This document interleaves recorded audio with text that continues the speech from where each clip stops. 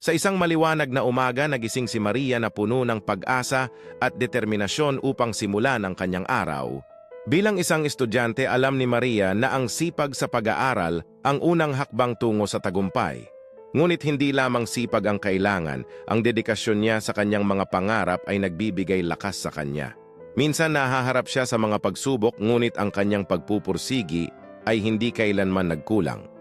Sa kabila ng mga hamon, patuloy siyang bumangon at nagsikap dahil ang mga pagkatalo ay bahagi ng kanyang paglalakbay. Habang umaabot siya sa kanyang mga layunin, natutunan ni Maria na ang pagpapatuloy ay ang susi upang makamit ang tunay na tagumpay. Ngayon puno siya ng tiwala, batid na ang sipag, dedikasyon, pagpupursigi at pagpapatuloy ay magdadala sa kanya sa mga pangarap. Sa kanyang puso, alam ni Maria na ang bawat hakbang patungo sa tagumpay ay isang kwento ng pagsusumikap at pag-asa. Bilang inspirasyon sa iba, handa